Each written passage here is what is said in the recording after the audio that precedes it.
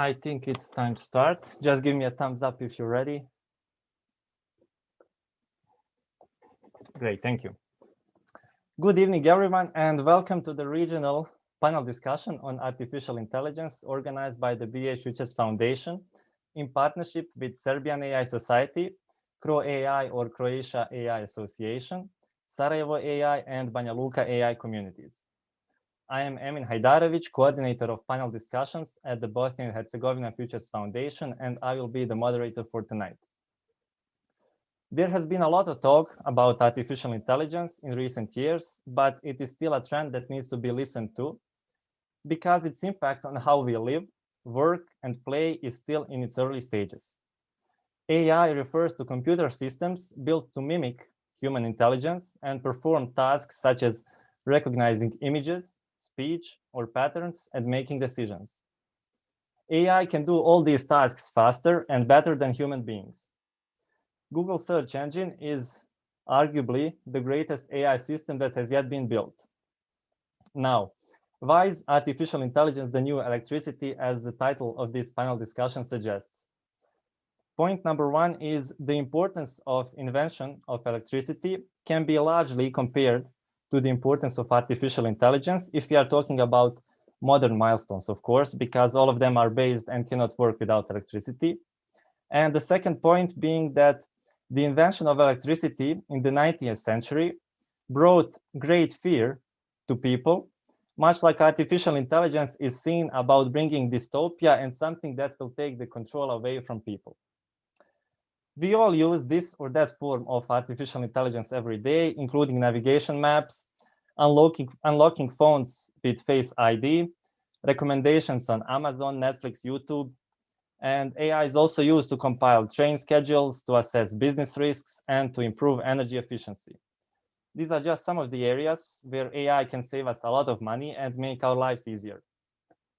Tonight, we will hear about more use cases, benefits, but also dangers and doubts about artificial intelligence. Now, let me introduce my panelists and experts whom I thank very much for being with us here tonight. Our first panelist tonight is Jovan Stojanovic, popular and familiar to many as the founder and CEO of Wonderland AI Summit, one of the most innovative events in Europe when it comes to artificial intelligence. Jovan is founder of 7 AI chapters under the City AI umbrella, including 2 of our partners tonight, Sarajevo AI and Banja Luka AI. And Jovan is CEO and co-founder of a very interesting new startup, which will make a lot of noise in the coming years. And I'm very much looking forward to following this story. Jovan, thank you very much for being with us tonight. Thanks, Emin. Thank you for the invitation and a lovely introduction here.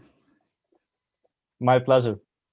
Our second panelist tonight is Heidi Chenan. Heidi is a vice president of Croatian AI Association. She is the co-founder and vice president of Professional Women's Network Zagreb, which works on advancing women in leadership. Heidi is the co-founder and CEO of a startup called AIR, and they are in the middle of a huge step for them, similar to Jovan, and I'm very excited to following this story as well. And Heidi, thank you very much for joining us tonight. Thank you for having me, and also thank you for a wonderful introduction. My pleasure as always. Our third panelist tonight, joining us from far Denmark, Gojko Galonja, co-founder and ambassador of Banja Luka AI. Gojko serves as the vice president of engineering at JS Guru, and his previous title was Chief AI Officer, which is not something you come across very often here in our region. And this is not the first time Gojko is with us, since he happily accepts our invitations and contributes to the mission of BH Futures Foundation. And Gojko, thank you very much for joining us once again. Thank you, Emin. Thank you for the lovely introduction. And as always, the pleasure is all mine. Thank you very much. And our final panelist tonight is Belma Mufti. She is the ambassador of Sarajevo AI. Belma got her bachelor's degree in computer science from the University of Sarajevo and from the Dublin Institute of Technology, as she studied abroad for 1 semester through the Erasmus Plus program. And she's currently working on her master's degree in data science at the International Burj University.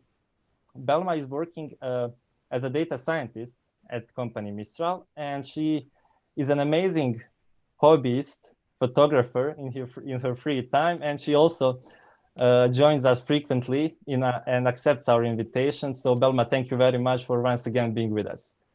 Thank you very much for inviting me. I'm glad to be here. Always a pleasure. So we have so much to cover, and let's get right into it. Jovan, let's start with you. In one of your interviews, you said that the degree of progress expected in this century will be 100 times greater than the progress of the 20th century, and that artificial intelligence will be a great catalyst for that. Could you please explain it in a little bit more detail and make a great start for tonight's panel? Yeah, thanks. I mean, I just need to correct you. Actually, this is a quote that I've used, which is actually coined by Ray Kurzweil. Probably you are all familiar with that guy. Actually, he said that progress in this century will be not 100, it will be 1,000 times bigger than everything what we achieved in like last century. And this is, of course, making a buzz around that, and we need to, how to say it, put it in some context, which is today, but of course that always trigger us to discuss about, okay, what will be the case in the future. If we just imagine like 100 years ago, situation where like horse was the the main transportation vehicle, we didn't have electricity in this scope as we have it today. We didn't have internet, we didn't have computers, etc. And someone say, okay, 1,000 times to that, that is really a good and really, I would say, it's challenging forecast. But if we see from the contrary things what are on the ground these days, where according to OpenAI, this is something that should be also extracted maybe on the beginning of our story. There is one really great report from the OpenAI last year that is telling that actually pace of actually complexity of AI models are actually doubling every 3.5 months, which means that is one of the biggest paces in technology that we had from the history, from the early points of our history in technology. This means that actually on a yearly basis, like we have 10x in AI model complexity, which is really crazy. From 2012, I think that I'm not wrong. They said that compute is 300,000 times bigger today than we had like only like 8-9 years ago, which is crazy. And those are like big kind of discoveries, big kind of forecasts, etc. But yes, AI is something that is really powerful and something that in the future will bring different kind of concepts, different kind of new methodologies, etc. But also we need to say what it is in the right manner. It is a tool. It is like an enhancement to our cognitive processes, and we just need to put it in the right place there. AI is not a magic. AI is not something that you will just plug there and it will solve you every single problem that you have. But it has some chances to really deliver you a good value at the end. And this is something that actually is interesting for different kind of industry-specific domains, with a lot of like problems in different kind of industry domains. And yes, I hope that today we will be able to just extract some of them and discuss in a detailed way. I'm very much looking forward to it. And now when we know how great it will be, I would like to ask Gojko, what is AI going to be used for here in the Balkan region? Is it for revenue boost? Is it business development? Is it cutting costs? What is it? I was like, well, I come from a primarily outsourcing company, JS Guru. We primarily like do outsourcing, business type related stuff. What I see, what we experienced when it comes to outsourcing, at least outsourcing data science and AI in general, we have like difficulties, and we saw like the clients rather keep their data for themselves and form in-house teams rather than outsource them to the companies here in Balkan region. Maybe to some more like really established companies, like that really made like an impact in Europe and the world. Maybe that's the case, but like as we experienced in at least in our region, that's kind of difficulty. So it boils down to in the region at least for companies to form and like Jovan and Heidi are doing, like form startups that they can dedicate their efforts to and their knowledge and to build in order to build something innovative. So I guess that's in any type for any type of that you mentioned, like is it like cutting costs, is it like business development, anything of that, to make some sort of solution that's going to actually make noise, like Jovan is saying for his startup. So I think that's the primary goal that everyone should kind of shoot for and go towards. Just do something innovative in the field of AI, because yeah, I mean that's the whole point, in my opinion. It might be like either business development, cutting costs, revenue boost, it doesn't matter. I think it all boils down to making something that's, yeah, like I said, innovative, and that's it. I need to add Heidi, you something want to say because something? I think this is really one of the crucial questions for our region. Definitely here we have like representatives of all important like communities here in the Balkans. And if we are talking about the Balkans, we have a chance to be really recognized on the world scale regarding our technology, our capacity in AI, our thinking. But what we need to discover actually are the problems, real like problems around us where AI, machine learning can help. And when we discover that, we need to also force our government, our organizations around us to help us, other like people to help us with like preparing like data sets, which are the core, I would say, core resource for everything what you are trying to achieve with AI.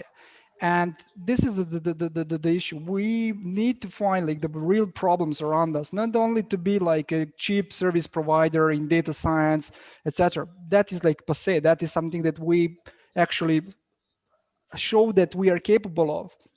But now when we have like people who are smart, capable of doing something, we need to address real problems, to challenge different kind of approaches, different kind of issues there, and based on that to try to offer that to the world. That is the part.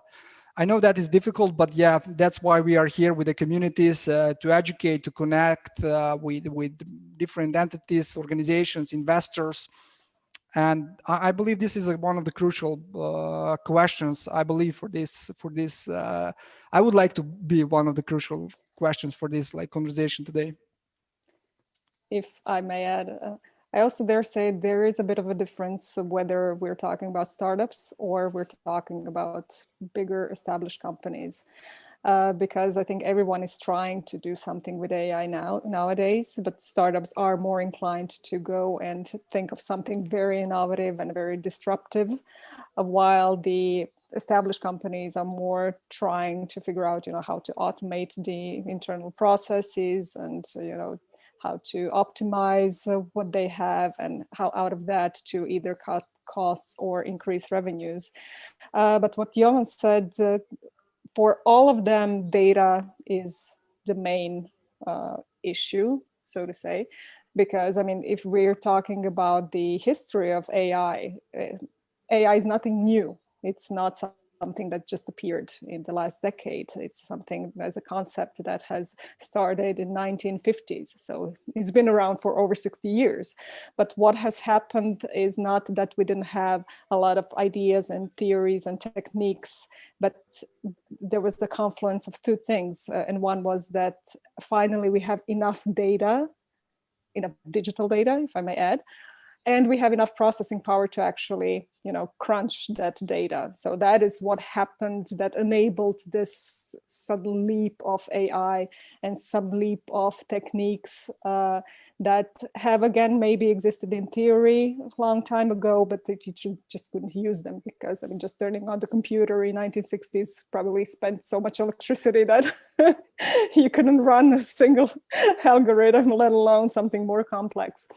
So I think that's also why we need the good ecosystems.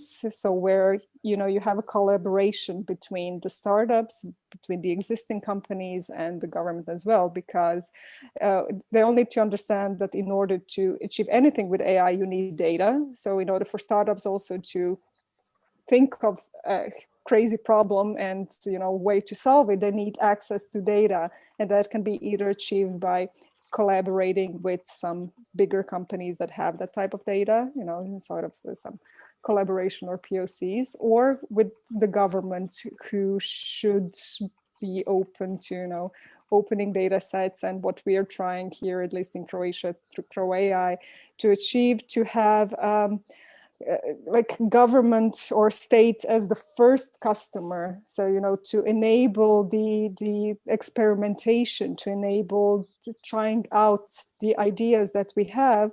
And then if that works, offer that to a global market.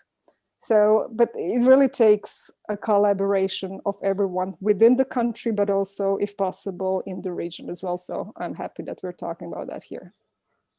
Well, just to chain on to that, what you said, both you, Heidi, and Joman. So it basically just boils down, it's going to have the most impact in the area where the most data is, basically. So that's how it is, as I can see it.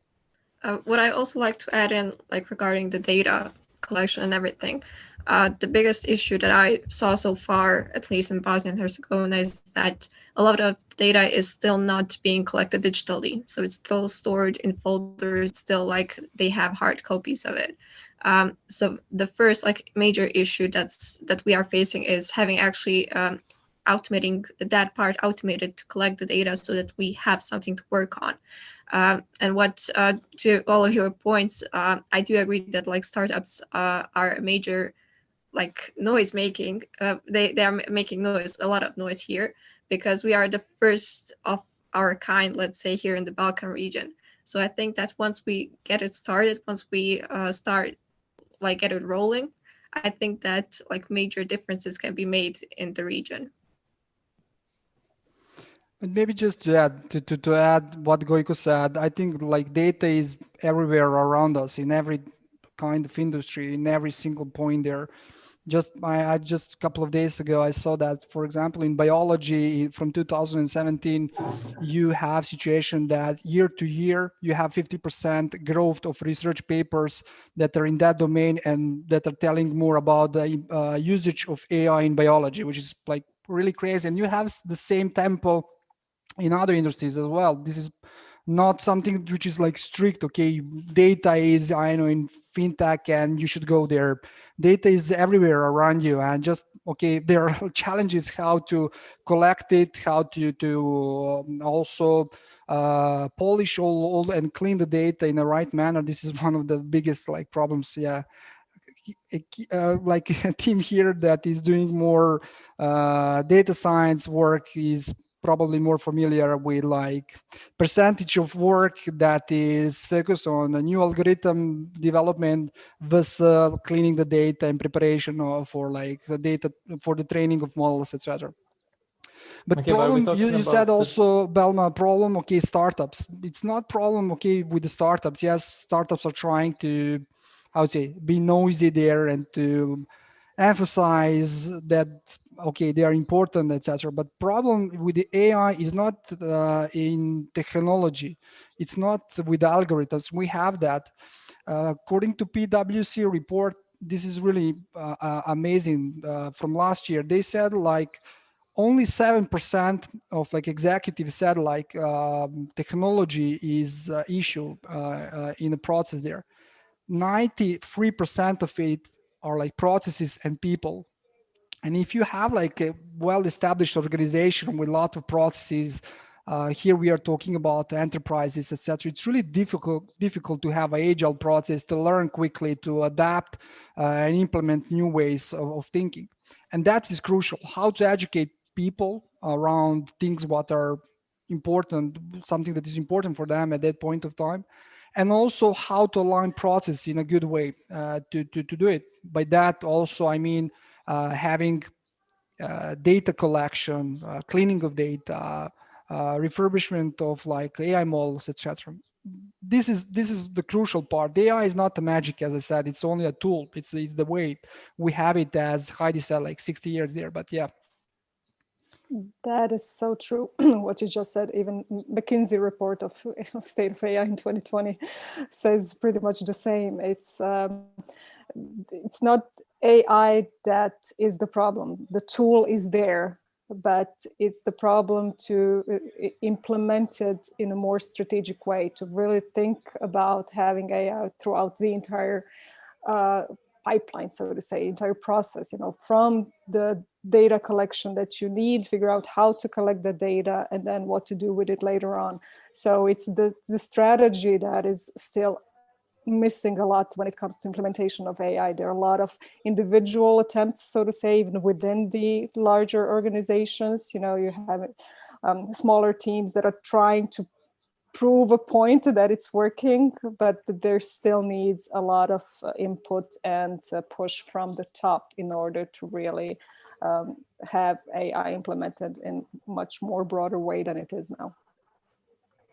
No, Jovan, just to add, like for the data, I was referring to the data that we have available here in the Balkan region, because I was referring more to what's going to be the main driver, like what AI is going to be mostly used in, like what industry. So I guess the industry that has the most data here in Balkan region available to the to work with it. If you want to build your company or a product with publicly available data sets in Balkan, don't start. Because you will not find anything there. That is like crucial to emphasize there. If you're talking about the publicly available data sets, come on, you cannot build anything that will be cutting edge at the end. You just need to put a lot of investment in building your data sets at the end, in cleaning, etc. It's manual work, but if you want to do it, you need to, how to say it, you need to make your hands dirty there.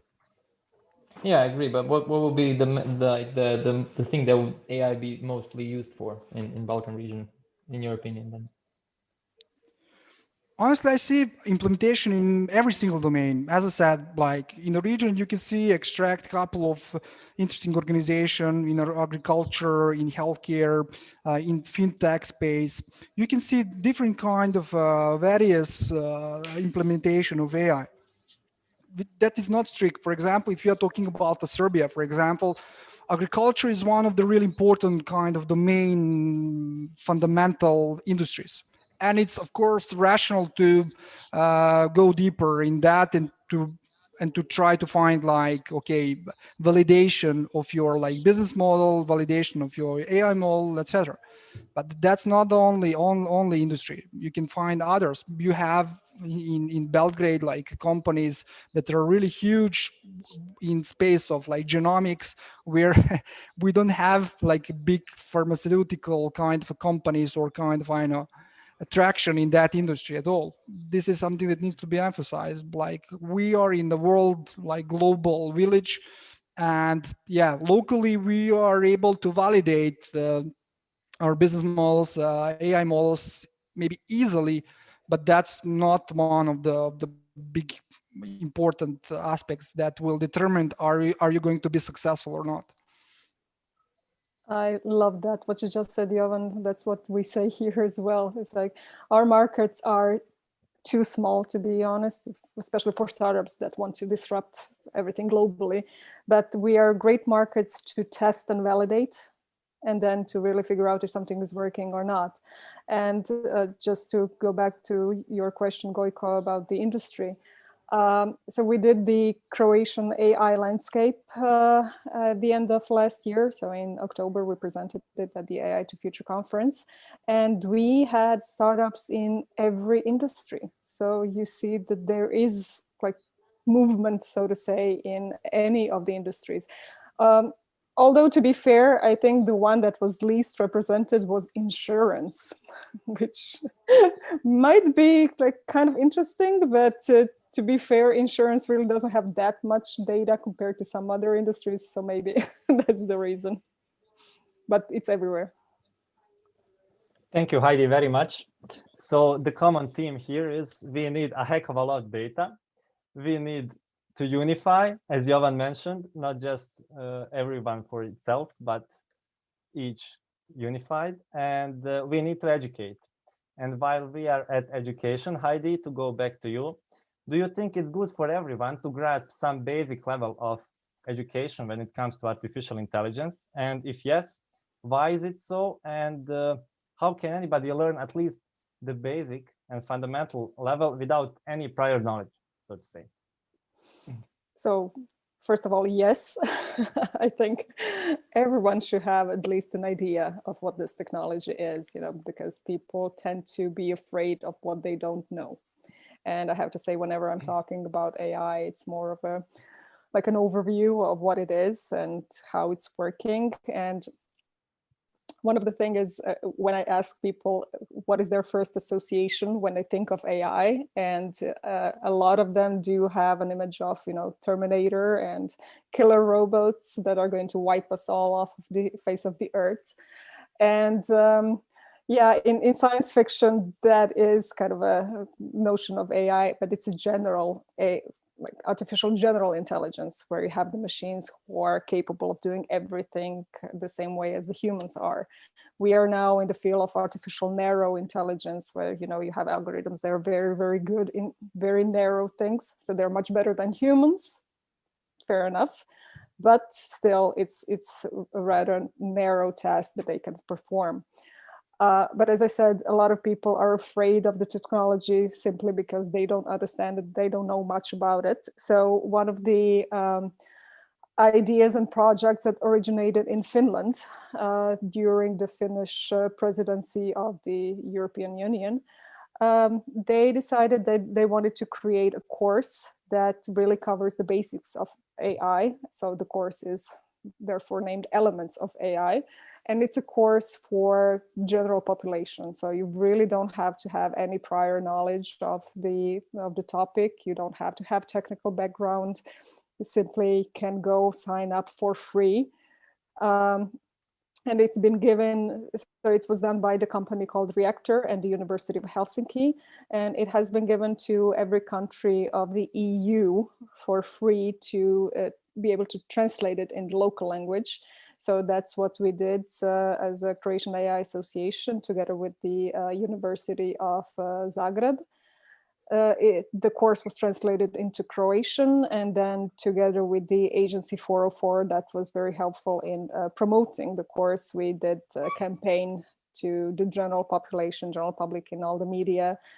And we had the endorsements of, for example, Mate Rimac from Rimac Automobiles and Damir Samo from Photomat that are very known in Croatia, and I believe also in the region.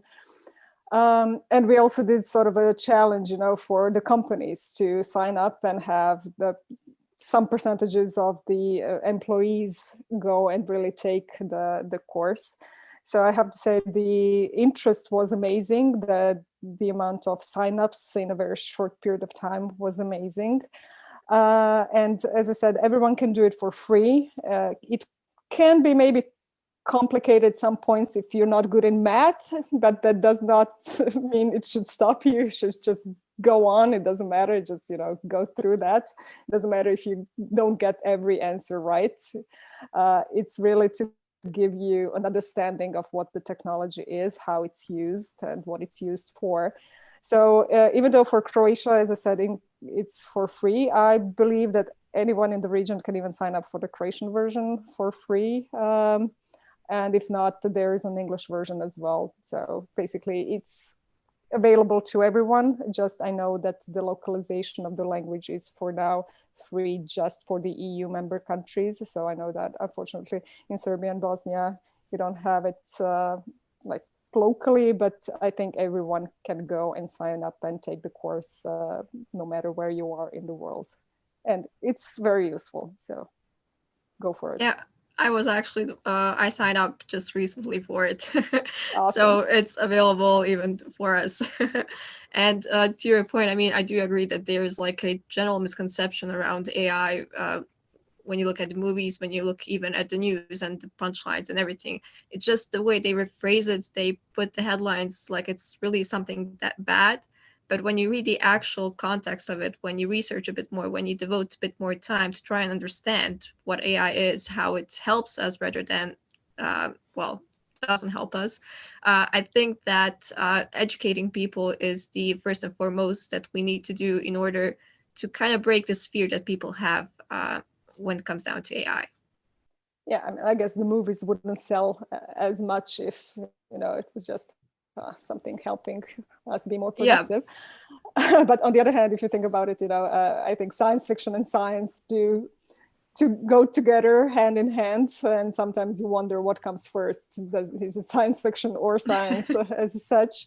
Because if you think about it, a lot of inventions that we had, a lot of things that we're using have first been thought of in the movies or in the shows and then really translated into the real life.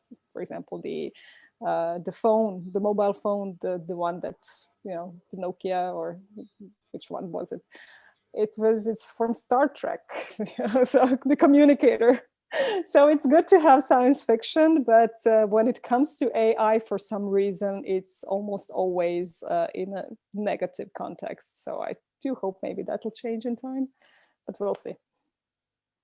Let's stay on the topic of fear in artificial intelligence. And Belma, I would like you to touch upon the subject of fear about artificial intelligence and the fear it brings to some people.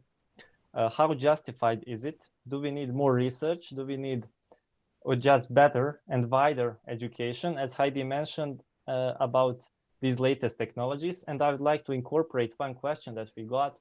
What do you think about the Chinese development of a social credit score for each of its citizens based on tracking, total surveillance, their personal behavior through AI? Oh, that's a good question. Let's first touch upon the general fear in AI, then I'll get back to that later. So as you mentioned, like in the beginning, it's really a fear of something new, of the change, of the unknown. So that's why I think it's crucial to have people be educated on AI. Because when you think about it, historically looking, even with electricity, you mentioned in the intro, people were at first afraid of it. And recently, I also read how when cars first came to be, people were actually organizing large protests to ban them simply because they were causing too many accidents. Children were being involved in those accidents and stuff, and etc.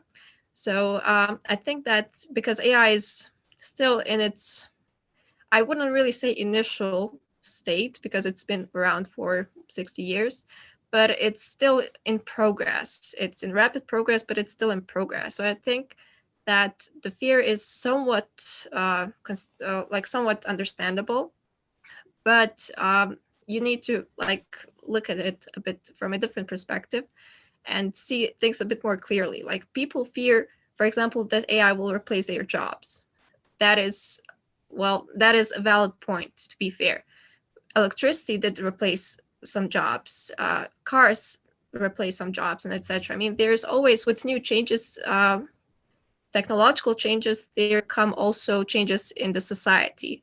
So if one job is being replaced, that's only because a new one is being produced. So for example, if you have people working on the assembly line and they won't be able, they won't need to do the assembling themselves anymore, but a machine will be there, you will have these people monitor the machine because they are still not that much standalone as we give them credit for.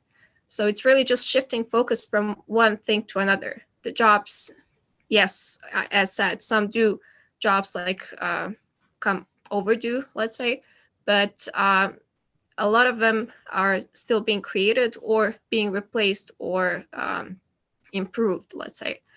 And the other fear that I'd say is a valid point is the bias in AI. But one thing that we need to keep in mind with the algorithms is that we humans create them. So if it's the bias that we fear of, it's only like the bias comes to be only because we as humans produce that bias. So the machines are really that much at fault. So we need to educate the people as well who are involved in making the algorithms, in labeling the data, to not be biased or to have a more variety of the data within the data set. And the second question regarding the Chinese surveillance, to be fair, that is kind of scary to me. Like I know that Asia, in specific Japan and China, have their open data concept, I'd say. So it's you have, I think, even health records publicly available for you to experiment on.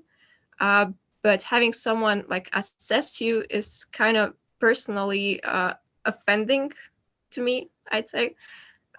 Because if I have a bad day or something like that, then what happens with the algorithm? I mean, one day I could be happy, I could dress nicely or whatnot, but then the other day I have a really bad day, and it's kind of I'm really not for it, I'd say, because that's how bias is created in a sense. So you are not comfortable with total surveillance systems and artificial intelligence being used with those purposes? To be fair, no, because I mean, we all are entitled to some degree of freedom. So having someone nonstop watching you is like Big Brother is watching you. It's Fair it's 1984. Well, as it stands right now, we don't have like someone watching us all the time. We have someone like listening to us all the time, which is our smartphone. So what's the difference? That's fair, but yeah, they were like leaks around these records, so they apparently now don't save those recordings anymore. But to your point, I do agree that it's kind of the same bucket. This is really interesting question. 13 months ago, before like Corona, I was in China where I gave a talk at one big AI event there, and that was for me the first time that I've been in Asia. And what could be discovered there is, of course, totally different culture. Here in the region, we have, I would say, similar culture. In Europe, you have a similar culture. We can say that American culture is similar to like European because, of course, the roots, etc. But when you go there, you can see totally different kind of a mindset there. And with such number of people there, some things could be explained with that kind of a surveillance that they have, which is the way how to keep that system alive. I'm not supporter of that, of course, but as Goiko said, this is something that we have already. Like we are enhanced with our like devices. We are already like some kind of a cyborgs where we are not able to go, 200 kilometers from my location without like using Google Maps, etc. And if we are talking about like biases and general AI, we cannot say that AI will be able to tackle and find solutions that will be, that will cover the output for all the countries in the same way. Bias needs to be there. We need to find solutions that will be, focused on like, Croatian mentality, Serbian mentality, Bosnian mentality, like those kinds of things needs to be addressed properly. And of course, we need to find the new ways where technology will allow us, what to share and what not to share. But definitely we are going in the direction where a lot of information will be shared around us. And of course we need to be asked for that. I really like in Islamic like banking, whereby as I actually understood, I hope that I understood it correctly, where those banks will ask you are they able to use those money that you deposit on their like bank account or not, and what is like the purpose of it?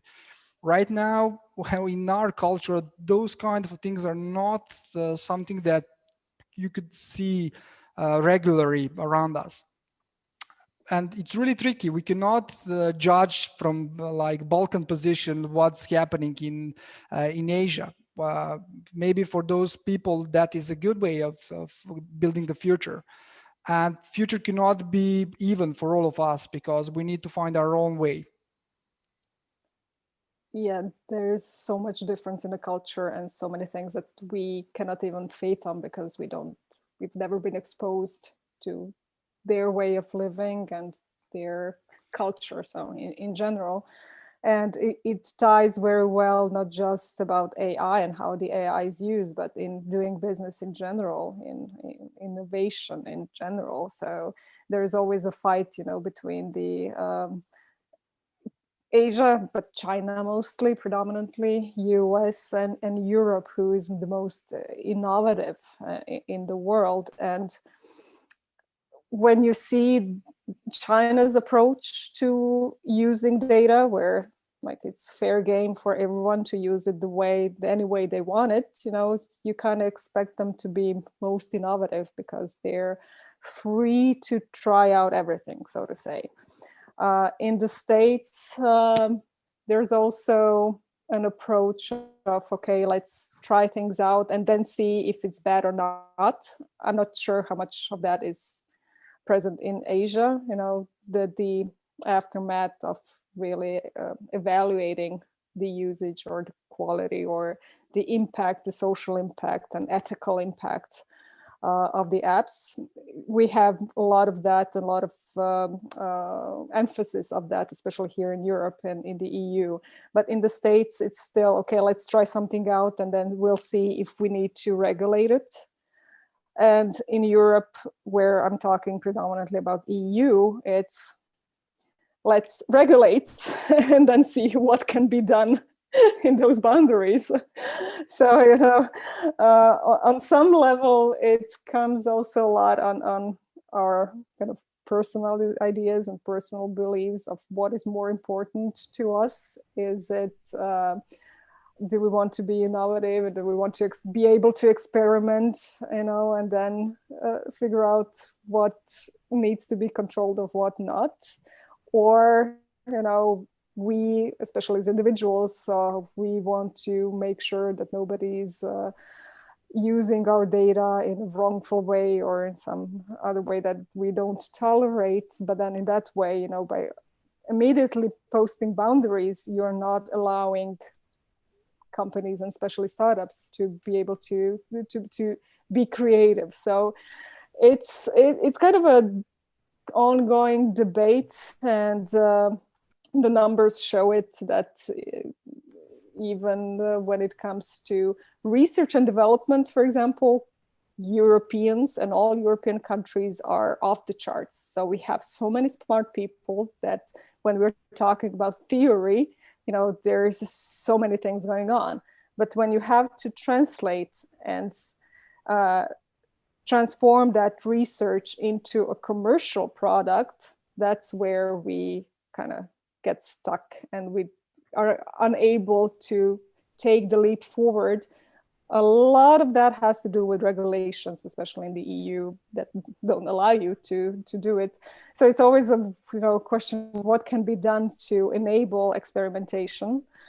And so another thing that we are kind of trying to put the put the bug in the ear of our government is to form some sort of a sandbox. So, okay, let's see if we can create an environment that has boundaries, that is guarded, but that you can do almost whatever you want to do in it. And then see if there are any ethical implications of that solution or whatever you come up with. But on the other hand, I think it's good that especially here in the Western countries, in the Western world, we do place a lot of emphasis of that ethical part of the trustworthiness. And I think that is good for our countries and for our culture, because we are not used to people using our data in a way that people in China are used to. So, you know, it's a balance, it's a delicate balance, and it's not clear what exactly the path forward would be. But I think it boils down to everyone who is developing the technology to really have the responsibility, if nothing else, not to use it for evil purposes, to put it that way. But there is a lot of questions around it. Yeah, I do agree that it greatly depends on the culture, what you and Jovan mentioned. And it's really because we are well used to this data privacy thing, let's say, whereas China has an open concept, more of an open concept, open mind concept, actually. So it's kind of hard to, what you mentioned, to really know what the correct path forward is, if it's good or if it's bad. I think it's more what we are used to. But I do know that like when you look at data privacy from social networks point of view, a few years ago, you didn't even know what data they collected on you. Whereas now you are more educated about it. You are given access to your data. You are able also to delete the data that's stored with those social networks.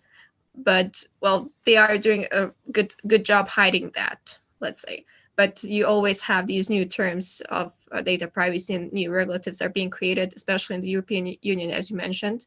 So I think that it's kind of like a trade-off. You can really have development because of data privacy, but on the other hand, you can't. If you want development, you can't have data privacy. But it's also a trade-off from the individual points of view, you know. So we sometimes, as individuals, we're like, oh no, we don't want to give our personal data and private data to anyone to handle. And on the other hand, is if you don't get a personalized recommendation on your, I don't know, Amazon, then you're pissed off. So yeah, so it's a trade-off there as well. And I think that's why we really need to educate ourselves again as individuals as well, to really understand what data is being used and how it's being used, so that we also can make decisions and understand, you know, what we are allowing or not allowing. Yeah, completely agree. While we are discussing these tricky and interesting and funny and controversial uses of artificial intelligence, I'd like to incorporate one more question that we got from a guest who is concerned that the real problem may come from fake videos. So what is your opinion on it? And will we need to fight AI in fake video problem? Heidi, please, would you touch upon this subject? Well, since AI is used to create fake videos, then yeah, I'd say that we need AI to fight the fake videos, and it's not just fake videos, fake news in general. Because could you please just explain in one sentence what is fake video? Oh, so for everyone who is not aware. Okay, so it's kind of videos where they're so realistic that where you can change one person's face with another person, for example. So in this setting, Belma and I could, for example, have exchanged faces, and you wouldn't notice that I am Heidi and that she's Belma. So just to try to explain it in the layman's terms. Like a filter. Yeah, similar to that. But that's the thing, technology has advanced so much that, you know, before you, like even in the videos, the special effects, you could see from far away that, you know, it's fake, that it's generated by computers. But nowadays it has advanced so much that it really looks so realistic.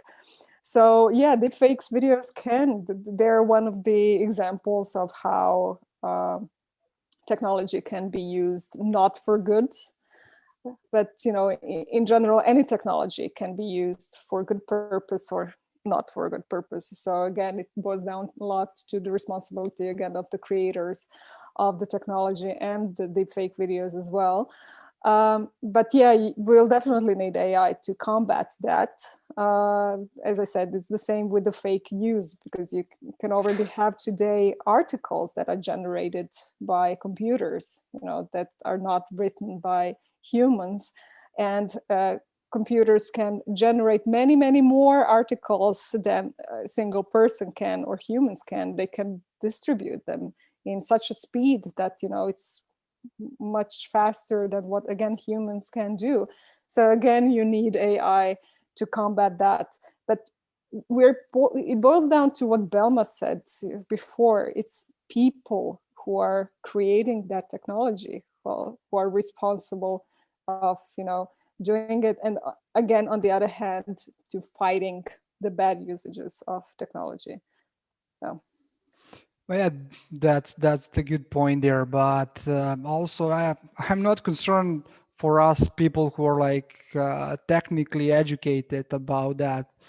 Very easily, you are able to extract, is it a deepfake or not, or like artificially generated voice, etc. But the crucial problem is actually related to responsibility of people who are capable of understanding those concepts, because those people, we need to educate people around us who are not technically educated. I'm concerned about my granny in a scenario where someone will call her and use my artificially generated voice to tell her, okay, go out from the house. And he will use that kind of a situation to, I don't know, make a robbery, etc. That is true. So if I just may jump in, but if you think about it, like, again, humans are using so many different scams already today that have nothing to do with AI. And they're trying to fool and fake, especially older people. So again, it's people. It's people, yes. And we are all aware that we have like good people and we have evil people who are malicious and who are, how to say, interested to how to say, use some situation for their goods. And that is the real like issue here. If you're talking about the AI, it's not only the point for technical implementation, or we need more engineers, or we need more people with spirit who will share the importance of AI, who will share the challenges, who those people like don't need to have any kind of a technical knowledge at all.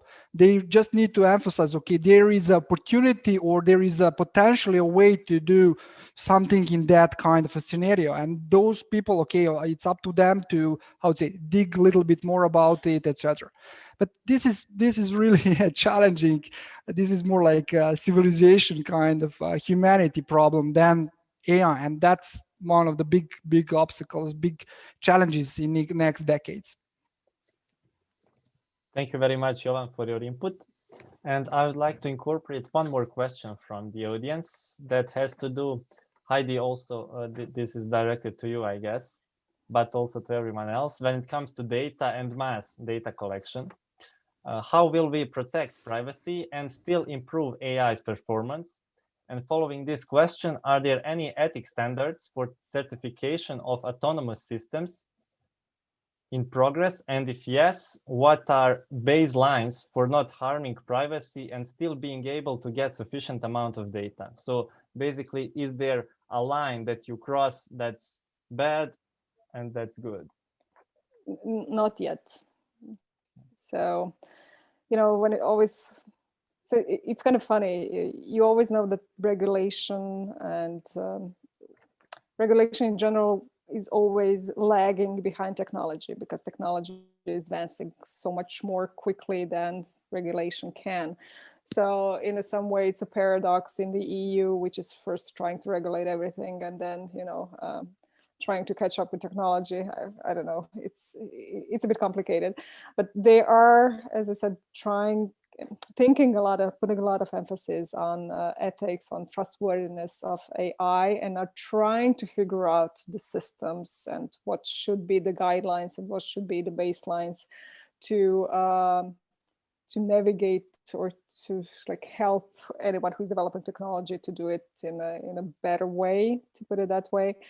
I think someone did, gosh, I don't know now. So I think someone did actually publish some sort of a guidelines, but it's not on a government level or anything, or a state level. I think it's some private initiative. I would have to find it. Sorry, I cannot remember now who it was. They are trying to like create and publish some guidelines and what should be thought of or what should be ticked off, to be able to call your AI solution trustworthy and ethical and everything. But I'm not sure there is anything on like an international level yet. And how to protect privacy and still improve AI's performance? Well, again, depends what data is being used and for what. I'm not sure we can do it on a general level that is applicable to every country, to every industry, to every case. Probably not. So I don't know. I don't have a solid answer for this. It's something that is still very much in process, and still people are trying to figure out how to do it, but it's going to take a while. Yeah, when you look at it, there are two sides of a coin. I mean, one thing that you think is good isn't necessarily good for everyone. So it's really not so black and white. There really isn't a distinct line that you can cross and say, okay, this is now good, this is now bad. Like with data privacy, I mean, people are encrypting the data when you communicate from the cloud to the device and stuff like that. But I still think that even encrypting data and anonymizing data wouldn't be really let's say, a solution to having still data privacy, but advancement in AI, because it can be misused in so many ways. Goiko, would you like to jump in? No, I was just thinking from my perspective, maybe I'm biased towards because I work in this field and stuff like that. But from my perspective, if you expect something from a certain application or a certain service, assumably that it uses data to improve it, like a recommendation system on YouTube, Google, Amazon, whatnot. And then you get pissed off that they're using your data. That's kind of absurd in my opinion, because yeah, I might be biased, but in my opinion, that's just absurd. Sure. So would you agree with Carmen from the audience, who says it's like the everlasting debate if social media is good or bad? It's neither. It's about people and how they use it. Yeah, I mean, the way I see well, of course, in some cases like deepfake, like the fake videos are misleading and they're bad and whatnot, but I think AI is used for good or evil, and I think regardless of good, bad, evil, I don't know, what dictates the use of AI is actually the money. So if some people see that there's capital and there's profit and money, and they build something that might not necessarily be fully evil, but just a little bit, they're gonna build it regardless because there's money. Same goes for AI for good and etc. So if there's a good opportunity for people and companies to build something that's really beneficial and for everyone, and for AI for good, for example, then they're gonna go into that direction. They're gonna develop the solutions. Thank you, Goiko, very much for your input. There is a question regarding research institutes, companies, and communities working on developing AI ethics standards on certification standards. Is there anyone that may give an input? I see, Heidi, you answered. Yeah, I went to check the messages I had to remember which institution was it that tried to make a tool that can help if you have a trustworthy AI or not. So it is actually a European EU, so it's a European Commission or European AI Alliance that is trying to kind of build a list of things that if you can check them off, you can say you kind of have a trustworthy AI. It's literally called the assessment list on trustworthy artificial intelligence. I posted the link in the chat, so if anyone wants to check it out more in detail, they can. Thank you very much for that. Now let's go on to the next subject. The subject we have actually already touched in terms of gaining and losing jobs with artificial intelligence. So let me first give a context, and then Jovan, I'll ask you a direct question. So artificial intelligence is transforming the world of work at a rapid pace, and its impact is poised to accelerate even more in the decades ahead. The rise of artificial intelligence in the workplace has the potential to improve some aspects of work, such as repetitive and dangerous tasks, but much of the public discussion has focused on AI's potential to displace workers and the grave impacts this could pose to their livelihoods and quality of life. Less discussed, but equally important, is how AI can also be part of the solution to train, upskill, and reskill employees, future-proofing and preparing them for the future of work. In a report published in October last year, the World Economic Forum said the rise of machines and automation would eliminate 85 million jobs by 2025. So 85 million jobs will be lost due to artificial intelligence by 2025. But at the same time, the World Economic Forum expects 97 million new jobs to be created, meaning an overall addition of 12 million jobs. So 12 million jobs more will be created than will be lost by 2025. So Jovan, what's your take on this? And maybe some suggestion and a piece of advice, what employees can and should be doing to keep their skills relevant and talent and prepare for the future economy, to put it nicely. Yeah. Maybe I can share my personal story a couple of years ago. We were doing also AI consultancy where one big company in Serbia, I will not share the name, and they are producing more than 5,000 different kinds of products. And they are still, I believe, having a troubles with like loading the trucks there. And they have one guy who is actually doing all the calculation of optimization, I would say, of like loading the truck in the 3D space, because you have like 5,000 different kind of products. You just need to, how to say, use that space in a good way, because, okay, it depends at the end, are you going to make bigger sales or not? Or if you make a wrong prognosis there, then you will have a problem, because like guys will need to put out some of the things in the process there. And it was interesting because one guy in the entire company is assigned for like doing all the mathematics around, okay, optimization of the 3D space. And then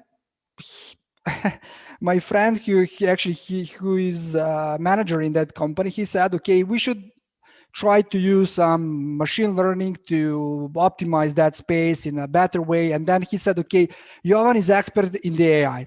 And then I had a really huge challenge, because I needed to explain that guy what is artificial intelligence and why that is important for him, because that guy, he didn't have any kind of a tooling to help him to be precise in optimization problems with his daily job there.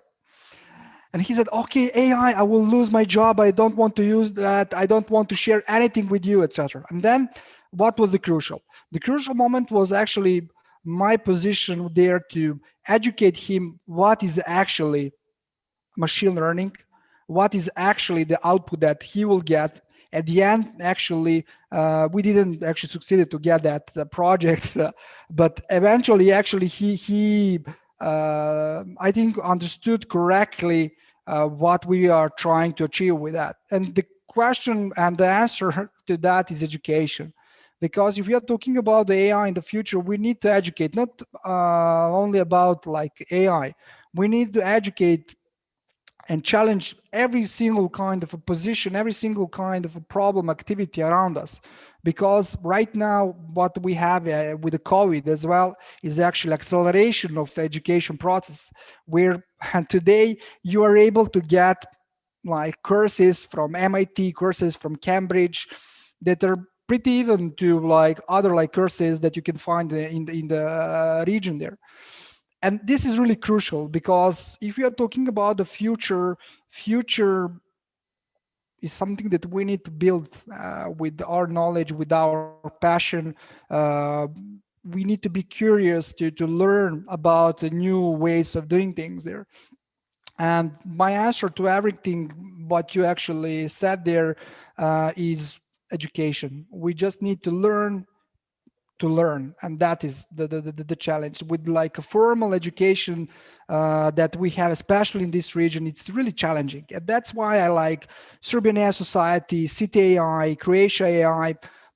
Those are the organizations where you can really learn from like experts from the ground point there who are capable of delivering you the right toolkit, the right information, right resources, and that is the step how to enter into in space there.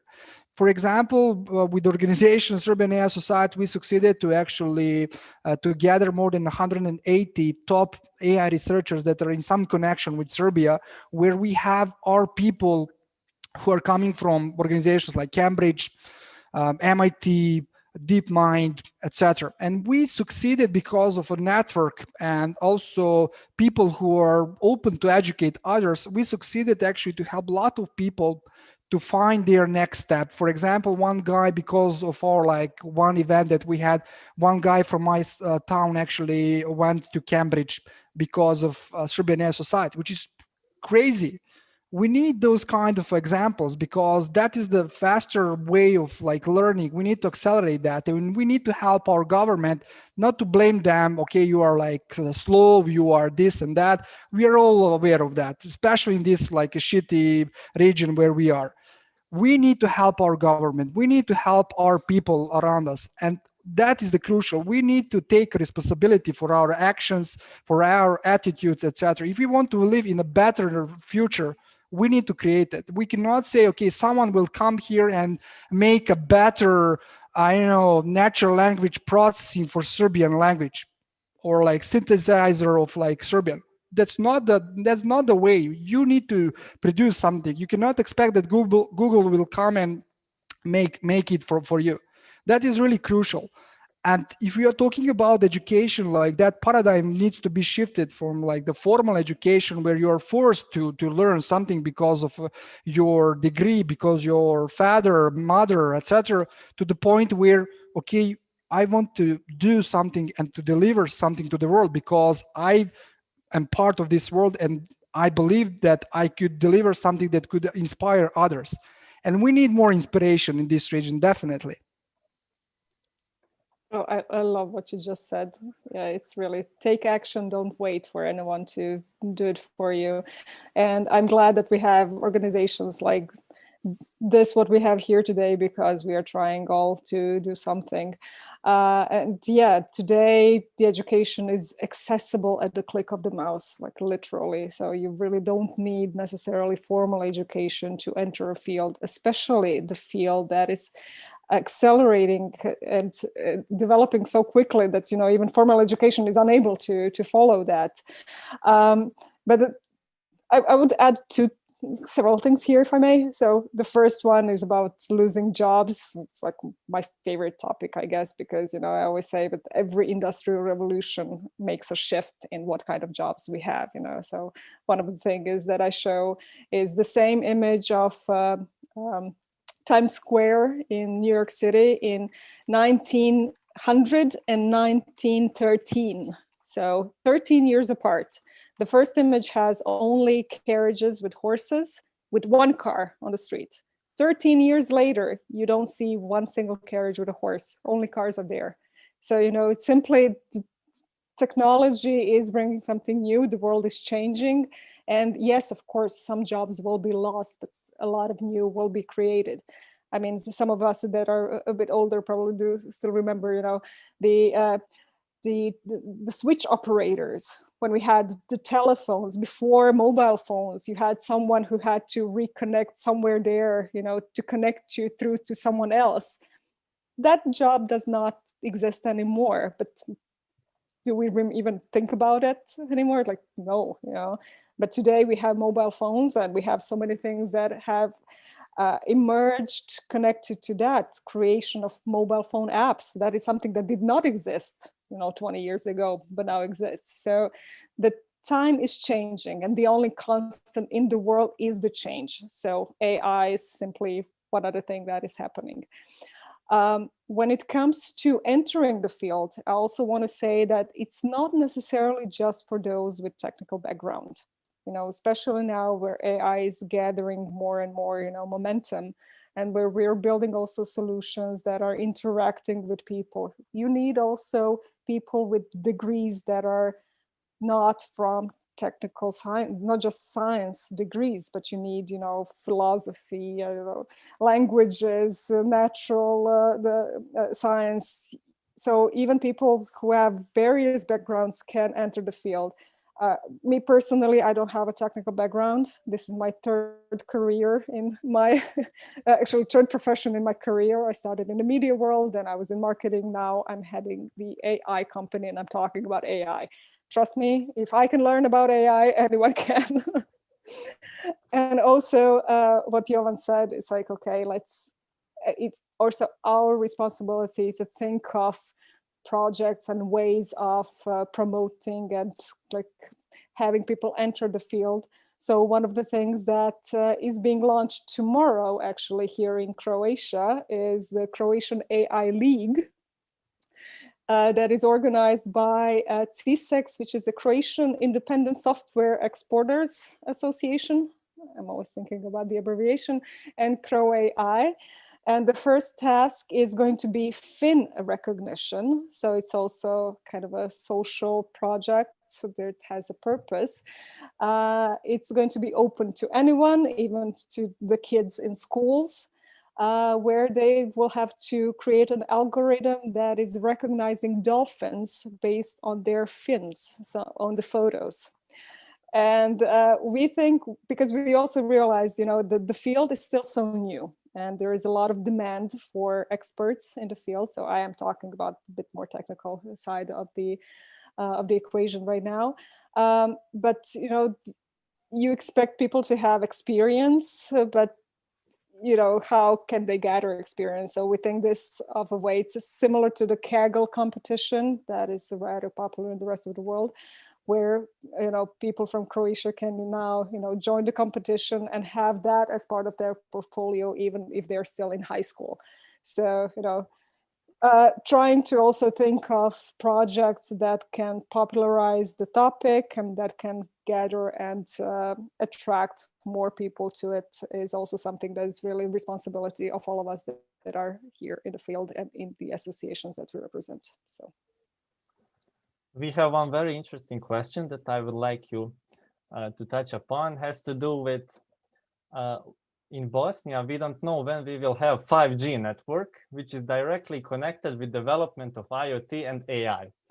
Unfortunately, I am aware of 5G development or the lack thereof in Bosnia, but I would like to direct this question to first Gojko and Belma as Bosnian representatives, so to say, and then go to Heidi, who in Croatia has already 5G network, to comment if they are so much more advanced than us. Gojko, please go first. I don't have a concrete answer to this. I'm rather curious myself because just recently we've got 4G implementation, 4G network implementation in Banja Luka, which is capital of our entity in Bosnia. So it's I'm actually quite curious as well. And you said you had some information regarding that, Emin, so I'm quite curious to find out more. It was my bachelor's thesis that I did on 5G. So I'm, very, very informed, especially in Bosnia and Herzegovina, that we are the last country in Europe, unfortunately, that has implemented 4G network in 2019. But I'm interested in the correlation between the level of development of 5G and the level of development of artificial intelligence. Is there a strong correlation, or one doesn't have so much to do with the other? I just need to add one more thing. We just need to put Bill Gates in a scenario here, and we have everything. 5G, AI, Bill Gates, conspiracies here. Balkan is winning.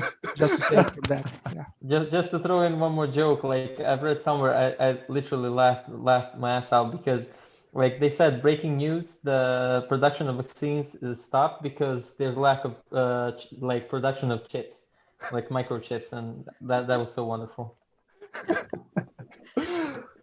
Belma, what do you think? Is there a strong correlation between 5G and AI? Well, in the world, yes. In Bosnia, it's still kind of behind the world, I'd say. I mean, yes, 5G is used for IoT devices, and you can achieve a lot because you have the opportunity to gather so much data with IoT devices. But then again, when you stop and think about it, for example, IoT devices are used in agriculture. Like that example came to my mind because Jovan mentioned it, especially in Serbia, that it's agriculture in AI is pretty much used. But for example, I personally don't know of any stories of agricultural workers that are leveraging IoT devices.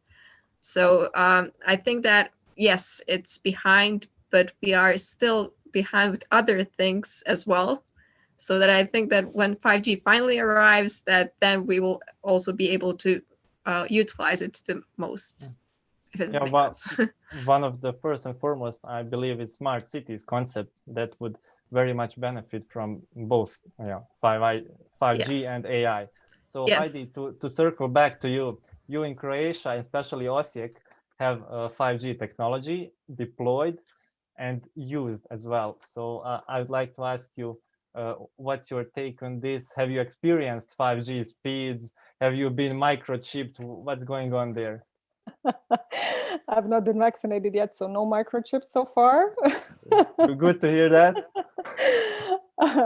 Yeah, but I don't believe those conspiracy theories, luckily, so bring it on, And to be fair, some things would be much easier probably if I had a microchip, like paying and not thinking if I have my wallet with me. Don't get started on that. You would never forget your you would never have to worry about forgetting your password again. There you go, true. Yeah. So again, there are good things about that as well, but okay, just not to get so much ahead of ourselves.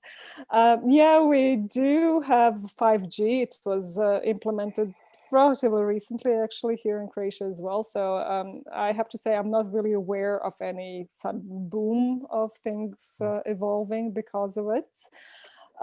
Who knows, maybe that will change in the period that is coming. On the other hand, when it comes to IoT devices, I know that probably also because of the lack of good connectivity, I know that a lot of companies are working on edge devices. So in order to kind of circumvent that problem if you don't have connectivity all the time.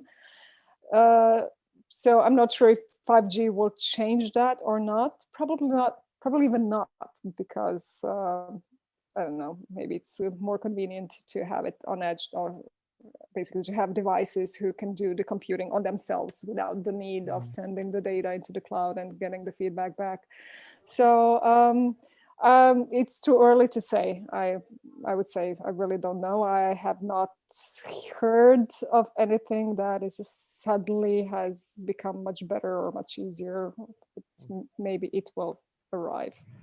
I don't know. I guess it depends on how heavy and complex the models are that are running on the actual edge application or devices. Of course. I assume, yeah, that might be the main factor, like just transmission of data and the speed of transmission and like bandwidth of data that goes from one point to another, which is like probably a cloud storage somewhere or a cloud service in on some provider like AWS, GCP, or Azure, and then the actual solution that's like on some sort of device or something similar to that. So I guess that's the main part that's actually really beneficial. Well, not the only part, but like that's the primary part that's the mostly beneficial for correlation between AI and 5G and IoT. I'm sure there will be a lot of uses that will like take the advantage of the new connectivity, but we'll see. Yeah, if you're talking about the 5G, that is really crazy. I think that will be one of the main enablers for our future there.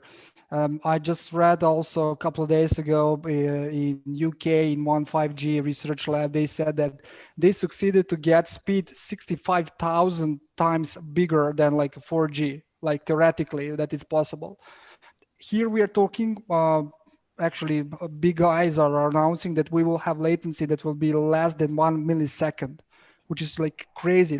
That is like 40, 50 times like lower than we have right now. It's not only the question about like IoT devices, are we going to have some sensors, etc.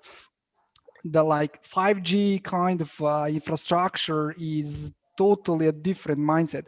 If you're talking about like a base station, for example, and that they are saying about the fog layer as well, that means that you will have memory closer to you than it is right now with the cloud. This means, okay, around you, you will be able to deploy some smaller kind of ML models, which also learn regarding different kind of scenarios. This is also really, to some point, related to my startup and what we are trying to achieve. I believe it may sound crazy, but we are building the hardware industry from scratch. That means maybe our future will not need to have chips in a hardware way like we have these days. Our devices will be tremendously different.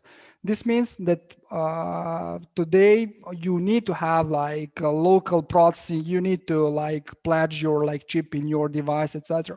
But maybe in the future you just need to have a good like connection with the 5G, and everything will be drastically changed there. Different kind of concepts will be possible there, and it's not only about like we will put thousands of sensors around us, we will extract that, etc. Like paradigm is totally different. We need to think about the new business models around it, which will be like, that will be really interesting to see, and it will come really soon. So you're literally redefining the presence. I hope that in next 2 weeks, in 2 weeks from now, I believe we will go out from stealth and we will be able to share a little bit more about things what we are trying to achieve. Hey, I told you they are going to make a lot of noise. I was not joking. One thing just that one thing that I would like to mention, because this was a question from the audience, right? Because since it's kind of concentrated on the Bosnia and Herzegovina, yes. Like a colleague of ours, I think a lot of us know him actually, Alexander Mastilov, he's actively working on enabling 5G. So he is, I say, the go-to person regarding this topic. And I know that he's been facing like really a lot of challenges when it comes down to legislature, when it comes down to regulations. And I believe that that's the main cause why we are behind on implementing 5G in Bosnia and Herzegovina. Yes, thank you for mentioning that. Belma Alexander is doing some great work, especially with smart cities, and I hope he'll succeed. So as we near the end of the panel discussion, as time flies, I would like to ask each one of you, please Heidi, go first, and then others, to, in 30 seconds, what would be the main message or advice that you would like our audience to take away? If they forget everything, what would be the one thing that you would like them to take away? Education, education, education. You know, the world is changing so rapidly today. You need to constantly educate yourself on what is going on. As I said, the only constant in the world is the change, and the knowledge is so accessible nowadays that, you know, you can like really find out everything you need. And not having the formal education in some area does not excuse you for not learning at least the basics of the new technology or new electricity, as you put it, because there are elementary free courses out there that anyone can take. So educate yourself. So in short, go to Elements of AI and bring your friends and family and everyone you know. Yes. Belma, please go. So I'd say be curious, because nothing is like, there's no one side of the coin. There's always two sides. You always have to, like Heidi said, educate yourself, look at things from other perspective, trying to understand the other side as well. So my main takeaway is, yes, AI can be scary. AI is something new, is something unknown, but it's only unknown if you choose it to be. So be curious. Okay, so Belma is more to this philosophical point of view. I appreciate it. Jovan, please. I also have one that is related to philosophy. Oh. Yeah, I think this is a really great event, and takeaway from this is actually always be the spark that you want to see around yourself. You need to take responsibility for your actions, for your education, for everything around you. If you want to live in a better future, you need to make it. And that's clear. Find inspiring like problems and find people who are crazy enough to be part of that story journey with you, and then things will be really great for all of us. Thank you, Jovan, very much. I certainly hope they will be. Gojko, please. Well, my main takeaway from this is stock up on toilet paper because you don't know when the next pandemic is gonna come. But yeah, jokes aside, I think the like AI aside, 5G aside, IoT aside, everything aside, I think the biggest key of like the age and time we live in currently is like it's terrifying how fast we advance in any area, not just AI and technology. So I guess the biggest key is I would like you to take away is learning how to learn, and everything will come easy after that. Just learn how to learn, and AI will be easy. Privacy in AI will be easy. Ethics will be easy. Privacy, like I'm maybe repeating myself, everything will become easier, and just be more aware and like Belma said, curious. So yeah, that's my like main takeaway from this. Thank you very much for both of your points. Caution about next pandemics and 5G and AI. Thank you very much, Gojko. And thank you everyone for participating tonight. Special thanks to panelists for their knowledge sharing, for spending their time with us here tonight. If you're watching this on YouTube and you like what we talked about tonight, smash that thumbs up button. If you do not like, smash the thumbs down button so we know how we did. And that would be all. Take care, everyone, and have a great rest of the day. Bye-bye. Thank you Cheers. all. Bye. You, Bye bye. bye.